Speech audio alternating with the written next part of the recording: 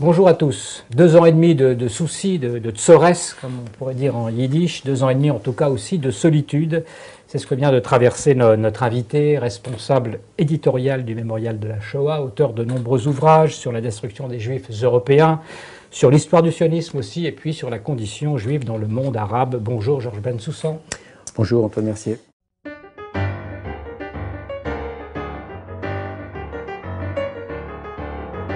Alors vous venez d'être relaxé par la Cour d'appel de Paris de toute accusation de racisme et d'incitation à la haine pour avoir repris, rappelons-le, mais tout le monde le sait maintenant, lors de cette émission, fameuse émission de réplique, les termes de l'analyse du sociologue Smaïm Lahacher sur l'antisémitisme dans la culture arabe. Donc cette décision confirme maintenant en appel un jugement qui avait été rendu en mars 2017. Exactement. Votre état d'esprit aujourd'hui, Georges Bensoussan, après ce long épisode judiciaire, j'imagine quand même du soulagement d'abord. Bien sûr, bien sûr. On ne peut pas nier un soulagement.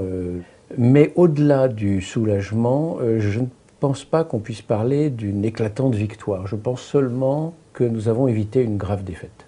Ce n'est pas la même chose. Pourquoi pas une éclatante victoire? Parce que je pense qu'au bout de 2 ans et demi, reconnaître qu'il fait jour à midi, ça ne relève pas franchement du triomphe.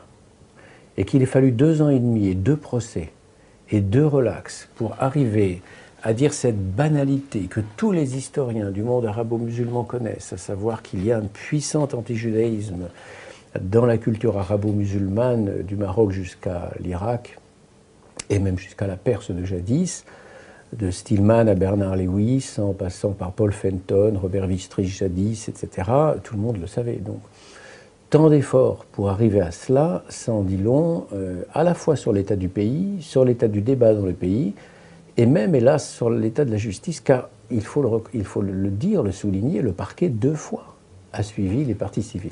Alors les parties civiles sont dans leur rôle, le CCIF, c'est son rôle d'intimidation judiciaire qui vise à nous harceler et progressivement à nous intimider. Voilà, CCIF, le comité, je rappelle, contre l'islamophobie en France. Bien sûr, et progressivement à faire taire tous ceux qui seraient tentés de parler, parce qu'il est évident que l'exemple de ma propre affaire, comme celle d'autres, de Pascal Bruckner et de beaucoup d'autres, peut dissuader un certain nombre de gens qui se disent « c'est ce qui va m'arriver si désormais je commence à dire ne serait-ce qu'une vérité la plus élémentaire sur le monde arabo-musulman ou sur l'islam ». On va revenir sur le fond de ce débat, oui, effectivement, et sur la période que nous vivons. Encore un mot sur votre ressenti, peut-être. Est-ce que vous avez l'impression, parfois, d'avoir été isolé, que vous étiez devenu infréquentable? Parce que c'est ça aussi qui a dû être assez difficile à surmonter pendant ces 2 ans et demi. Bien évidemment, bien évidemment. Alors il faut distinguer, je n'ai pas été infréquentable par tous les milieux, j'ai été soutenu.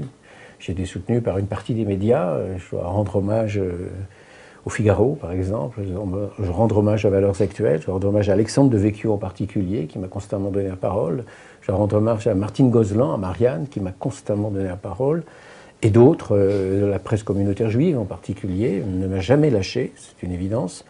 En revanche, dans un grand nombre de médias, et entre autres à France Culture, où j'avais été très souvent invité jadis, pas seulement chez Alain Finkielkraut, mais dans d'autres émissions, j'étais devenu persona non grata. En clair, plus jamais personne ne m'a contacté, je n'ai plus jamais eu la moindre invitation. Bon, ça montre simplement qu'il y a un état du débat démocratique en France, du débat intellectuel même, plus que démocratique, qui est profondément verrouillé. C'est-à-dire qu'il règne un entre-soi aujourd'hui dans une grande partie des médias qui est tragique pour la vie intellectuelle. Dans un article qui a été publié par Tribune Juive, Sarah Catan déclare que le différend que vous avez eu avec Jacques Fredge, qui est l'actuel directeur du Mémorial de la Shoah, l'a ramené, elle, Sarah Catan, au comportement des notables israélites français lors de l'affaire Dreyfus. C'est-à-dire que vous n'auriez pas été soutenu par un certain milieu, dans les milieux juifs? Oui. Je ne pense pas qu'il s'agisse du directeur du mémorial, lequel ne fait pas partie de ces fameux notables israélites. Il est à leur service, ce n'est pas du tout la même chose. Les notables israélites dont il s'agit, ce sont ceux qui tiennent le mémorial depuis longtemps et pour lesquels, effectivement, j'étais devenu là un infréquentable, puisque vous avez parlé d'infréquentable, c'est le mot exact. J'étais devenu un infréquentable parce qu'ils craignaient qu'à continuer à m'engager à me faire travailler au mémorial, je ne choque la communauté musulmane. Et ils mettent en avant leur devoir de neutralité absolue. Mais en quoi aurait-ce été violer la neutralité absolue que de me soutenir, ne serait-ce que d'un seul mot, sans se prononcer sur le fond, dans la presse? Ils ne l'ont pas fait. En quoi était-ce violer la neutralité que de ne pas me priver de mes formations auprès des magistrats et des policiers, puis des professeurs en France je dis bien, comme ils l'ont fait depuis 2 ans. Parce que vous pouviez aller à l'étranger. En revanche, je pouvais aller enseigner au Sénégal, comme au Portugal, je pouvais dire la bonne parole à peu près partout, mais pas en France. Bon, et ces notables israélites-là qui sont chargés de défendre la mémoire de la Shoah et de défendre la communauté juive, finalement, en me mettant progressivement à l'écart, d'une certaine façon contreviennent à leur devoir. Et alors quand Sarah Catan parle de l'affaire Dreyfus, elle est libre de sa parole et j'apprécie beaucoup l'engagement très courageux parce qu'elle a pris des risques en écrivant ce qu'elle a écrit. Donc sur ce plan-là, je ne peux que lui rendre hommage. Elle a un courage que peu de journalistes ont eu. Mais si ressemblance il y a avec l'affaire Dreyfus, c'est sur un point seulement et un seul.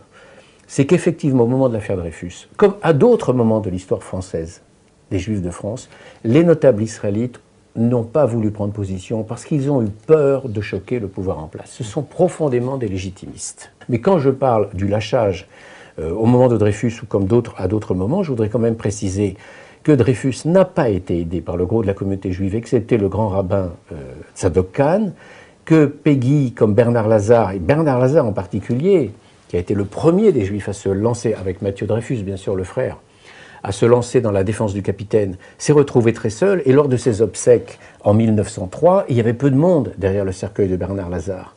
Et Peggy l'avait remarqué, les notables israélites qui avaient d'abord peur pour leur position sociale n'étaient pas là, n'étaient pas solidaires. Mais je voudrais rappeler quelque chose, ça c'est connu, qui n'est pas connu du grand public, c'est que en 1849, quand le normalien agrégé de philosophie Isidore Cahen, l'un des futurs fondateurs de l'Alliance israélite universelle, 11 ans plus tard, est nommé professeur de philosophie en Vendée. L'évêque de Luçon réagit immédiatement auprès du ministre de l'Instruction publique en déclarant « C'est un scandale, comment pouvez-vous nommer un juif dans une région aussi catholique ?» Que fait le ministre? Il le déplace à Tours. Isidore Cahen, avec un grand courage, refuse cette nomination, il est radié des cadres de l'instruction publique de l'époque. Où veux-je en venir? Seulement à ceci. Isidore Cahen et ses amis ont demandé au consistoire, la seule organisation juive de l'époque, de se mobiliser, de venir en aide à ce professeur injustement sanctionné. Ils n'ont pas bougé. C'est à cela que je pense simplement. Je dis qu'il y a une continuité chez un certain nombre de notables israélites, qu'on comprenne bien ce que je dis par notable israélite et pas bourgeoisie juive, ça n'est pas la même chose, dans la frilosité, l'absence de risque, quand il s'agit à un moment ou à un autre de heurter le pouvoir et de heurter des intérêts puissants. Bon, dans ce cas, il faut quand même le signaler, le consistoire vous a soutenu, Georges Bentoussan. Absolument, oui. Absolument. Le consistoire Joël Mergui, je lui rends hommage, m'a soutenu et m'a demandé dès 2016 d'intervenir dans plusieurs communautés. Donc pour lui, je n'étais pas un infréquentable et il m'a invité à plusieurs reprises. Et comme le grand rabbin Chaim Corsia a signé la pétition de soutien initiée par Jacques Tarnero, Yves Ternon et Pierre-André Taguieff dès le début, dès le mois d'octobre 2015. Donc il s'agit bien du consistoire de l'époque, précisons-le, bien sûr. Bon. Venons-en peut-être à vos accusateurs. Comité contre l'islamophobie en France, vous l'avez cité, la Ligue des droits de l'homme, le MRAP, le parquet, et puis un comité qui s'appelle Comité de soutien aux sans-papiers. Et selon eux, ils ont fait un communiqué après l'appel, cette affaire est symptomatique d'un déchaînement médiatique visant les musulmans dans leur globalité, et ils prennent pour preuve la publication du manifeste contre le nouvel antisémitisme, qu'ils appellent eux le manifeste de la honte, un texte dont l'auteur Philippe Val, disent-ils, impute aux musulmans dans leur intégralité la responsabilité de l'antisémitisme. Qu'est-ce que vous avez appris aussi de ce milieu auquel vous avez été forcément confronté dans ce procès? Comment fonctionne-t-il? Relativement peu confronté. On ne s'est jamais rencontré, on ne s'est jamais vu. On s'est vu 2 fois lors des 2 audiences, en mars 2017 et en janvier 2017 et en mars 2018, c'est tout. C'est un milieu ce qui confirme, c'est un milieu qui pratique l'entrisme avec beaucoup d'intelligence, un entrisme politique. C'est un milieu qui pratique le harcèlement judiciaire avec beaucoup de suivi. Regardez le suivi avec lequel, la persévérance avec laquelle le CCIF a opéré un signalement, suivi par cette association Poisson Pilote, comme le dit mon avocat, maître Michel Laval, cette association soutien aux sans-papiers, qui débarque inopinément lors du deuxième procès en appel. Ces gens-là ont une stratégie politique. C'est ce qu'on a vraiment appris. Pas moi seul, mais tous les soutiens qui étaient autour de moi et tous ceux qui se battent autour de ce combat-là pour la liberté d'expression et pour la le renoncement enfin à la judiciarisation du débat intellectuel. Parce qu'au-delà de la question juive, non juive, antisémitisme ou pas antisémitisme, c'est ça le fond des problèmes. Faut-il constamment avoir recours aux tribunaux quand on a affaire à un débat intellectuel? Bon. Eh bien, ce que nous avons appris, c'est qu'il y a une véritable stratégie d'entrisme politique et de conquête politique lente, progressive, intellectuellement parlant, des esprits et par intimidation, dans ce pays qui passe, entre autres, par les tribunaux.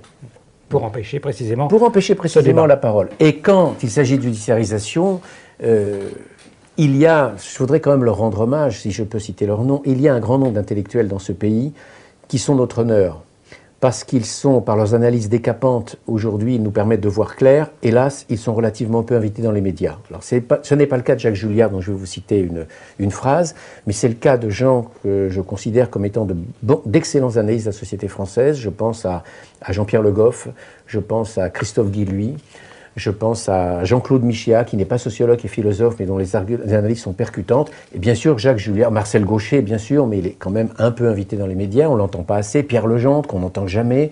Et Julliard. Et Julliard, dans un livre récent, je crois que c'est un livre de dialogue qui est superbe d'ailleurs, avec Jean-Claude Michéa, il parle de cette judiciarisation de la vie intellectuelle. Et je voudrais vous citer cette phrase. Voici ce qu'il disait.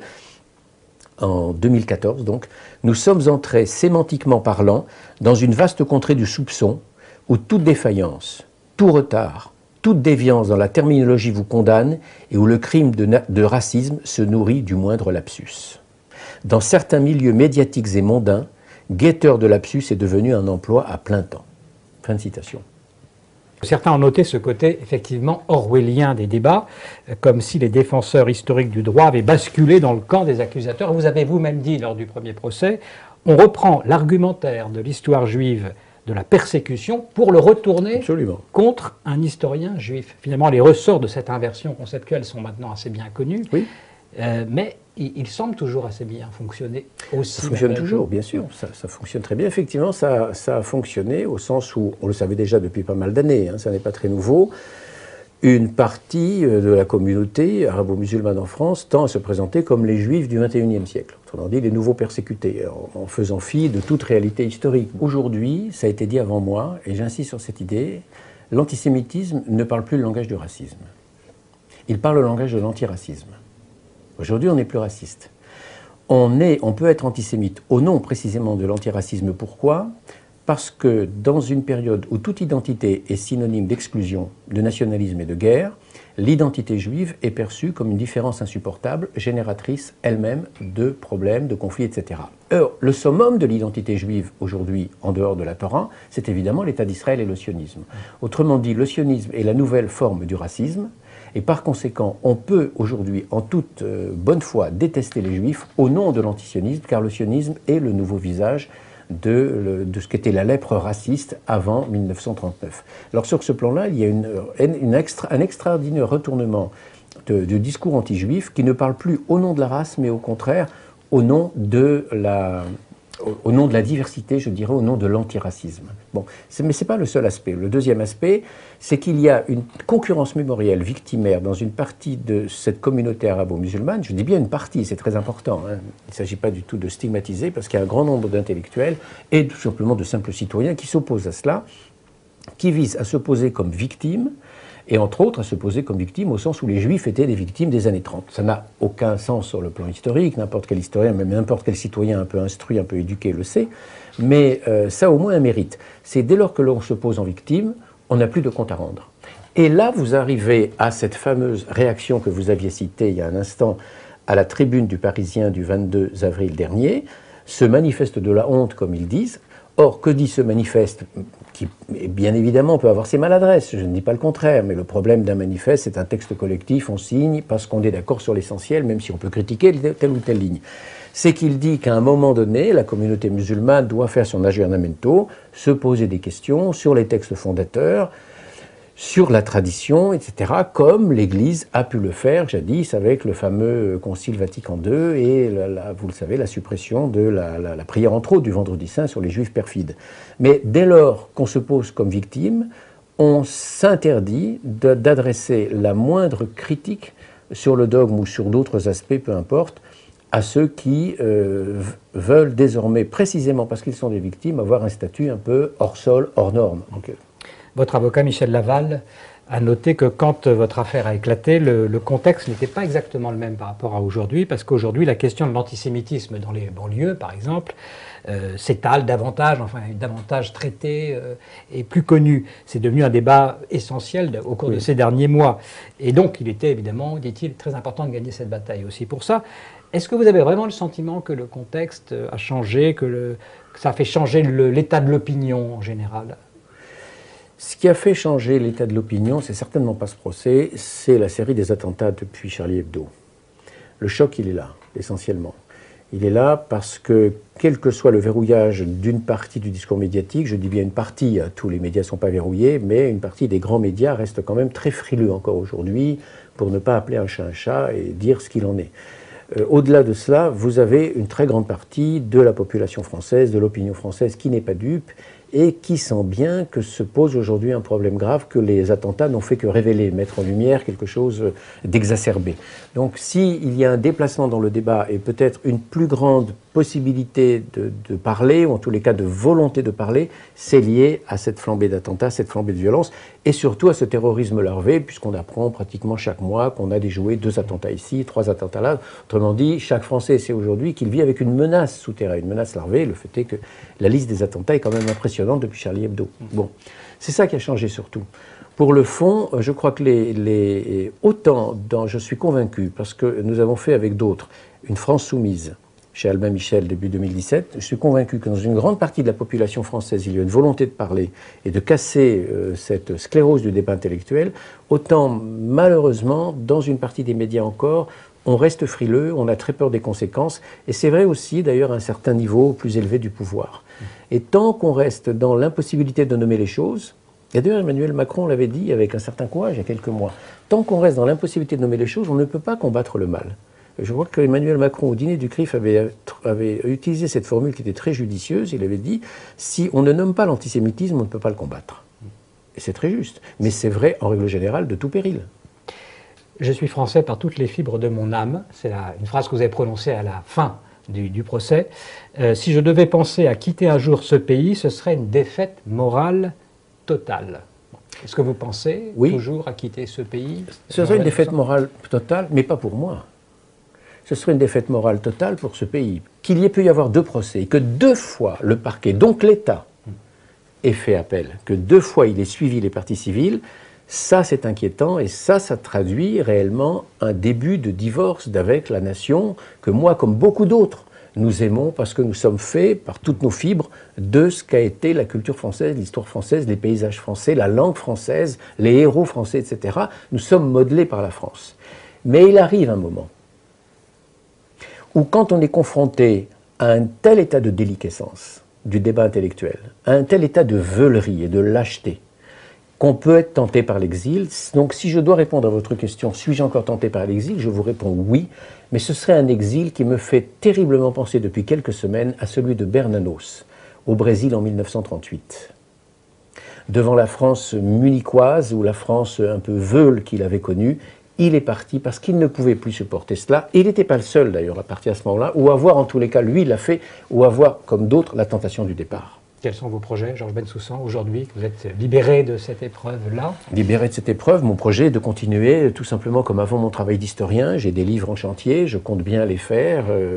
Et mon travail d'historien n'a rien d'un travail militant. C'est un travail qui permet, grâce à l'histoire, de déniaiser le présent et de ne pas tomber dans les mythologies qui, aujourd'hui précisément, empoisonnent notre vie. Merci beaucoup. Merci vraiment, Georges Bensoussan, d'avoir accepté de répondre aussi librement aux questions d'Academ. Merci pour votre attention.